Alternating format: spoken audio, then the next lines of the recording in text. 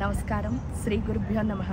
దత్తాత్రేయ సమారంభం స్వప్రకాశానంద మధ్యమాం అమృతానంద పర్యంతం వందే శ్రీ గురు పరంపర. శ్రీ గురుభ్యో నమః.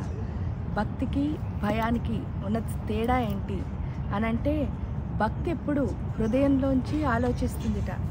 భయం ఎప్పుడు ఏం చేస్తుంది అంటే, మైండ్ ఏదైతే ఉందో ఆ మైండ్తో ఆలోచిస్తుందిట. ఈ మైండ్తో ఆలోచించడానికి హృదయంతో ఆలోచించడానికి ఉన్న సంబంధం తేడా ఏంటి అని ప్రశ్నించుకుంటే, హృదయం ఎప్పుడు ఏం చేస్తూ ఉంటుందిట అంటే, ప్రతి దాన్ని యాక్సెప్ట్ చేయమని చెప్తుంది. ఎంత బాగా ప్రతి ఒక్క విషయాన్ని యాక్సెప్ట్ చేస్తామో అంత బాగా మనం అనుకున్నవన్నీ సాధించగలుగుతాం. ఎందువల్ల అంటే, ప్రకృతిలో అన్నీ మనకి అంటే మనకు కావాల్సినట్టే రావు. ఏదైనా సరే కష్టపడి సాధించుకోవాల్సిందే. అంటే నాకు దేవుణ్ణి నేను పూజ చేశాను కాబట్టి నాకు అది వచ్చేయాలి అని అనుకుంటే చాలా తప్పు. మనం జనరల్గా అలాగే ఆలోచిస్తాం అన్నమాట. దేవుణ్ణి పూజ చేయగానే మాకు ఇది వచ్చేయాలి అది వచ్చేయాలని.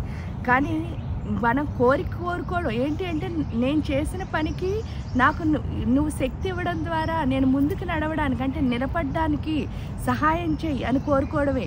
దానికి ఒకే ఒక ఉదాహరణ ఏంటంటే, మనం చిన్నతనం నుంచి చదువుకోవడం మొదలు పెడతాం. చదువుకోవడం మొదలుపెట్టినప్పుడు చదువుకి మన తండ్రి కానీ తల్లి కానీ తీసుకెళ్ళి స్కూల్లో జాయిన్ చేస్తారు. అక్కడ ఫీజు కడతారు. మళ్ళీ అక్కడ కావాల్సిన సదుపాయాలు, యూనిఫామ్ కావాలంటే యూనిఫామ్ కొంటారు. అన్నీ చేస్తారు. కానీ చదువుకుని పరీక్షలు రాయవలసింది మాత్రం నేను అన్న పదార్థమే. తండ్రి కానీ తల్లి కానీ వచ్చి పరీక్షలు రాయరు. అది మనం అర్థం చేసుకుంటే, అంటే ఏంటంటే మన పని మనమే చెయ్యాలి అన్నది కనుక అర్థం చేసుకుంటే, దేవుడికి పూజ చెయ్యాలి. అంతేకాని ఆ పూజ ఎందుకు అంటే, నేను నుంచోడానికి సహాయం చేయడానికి.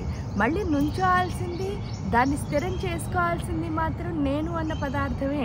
అది ఎప్పుడు అంటే, ఈ సృష్టిలో మనకు వచ్చిన ప్రతి దాన్ని యాక్సెప్ట్ చేసి, ఆ యాక్సెప్ట్ చేసిన విషయాన్ని మనకు అనుగుణంగా మార్చుకోగలిగిన శక్తిని సంపాదించుకోవడానికి మాత్రమే మనం పూజ చేస్తున్నాం. అది కనుక తెలిస్తే ఇంకా భయం అన్నది ఎలా ఉంటుంది అని ప్రశ్నించుకున్నప్పుడు చూడండి, ఏంటంటే నేను ఇప్పుడు హోమం చేసాం, పలానా ఆహుతి వేస్తేనే హోమం అవుతుంది అని చెప్పేసి, లేకపోతే పలానా నైవేద్యం పెడితేనే పూజ అవుతుంది అని అనుకుని దానికోసం బోల్డంత టెన్షన్ పడిపోయి, అది లేకపోతే ఇంక పూజలో నాకు ఫలితం రాదేమో అనుకుని మనం ఎంత బాగా అంటే ఏంటంటే ఎంత ఎక్కువ థింక్ చేస్తామో అంత ఎక్కువగా మనం అనుకున్న ఫలితాన్ని ఏమవుతున్నాము అంటే సాధించలేకపోతున్నాం.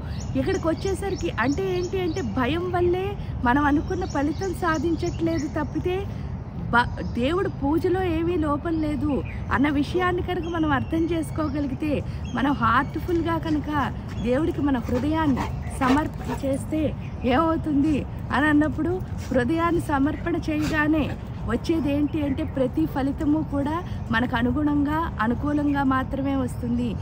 అంటే ఏంటి, భక్తి అంటే దేవుడికి హృదయాన్ని అర్పించడం తప్ప మిగతావేవి కాదు. కాబట్టి నేను ఇది చేయొచ్చా అది చేయొచ్చా, ఈ నక్షత్రం అయితే ఇదైపోతుందేమో, ఇవన్నీ దేవుడి కంటే తక్కువే. ఏదైనా కూడా దేవుడు పెట్టినవే మనతో సహా.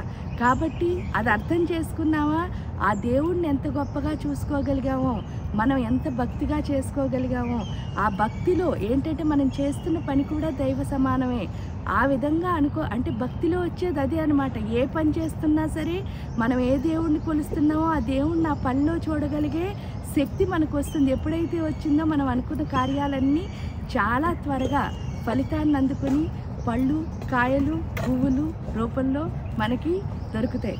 ఈ విధంగా అందరూ భక్తిగా ఉండాలి అని కోరుకుంటూ అందరికీ నమస్కారం. శ్రీ గురుభ్యో నమః.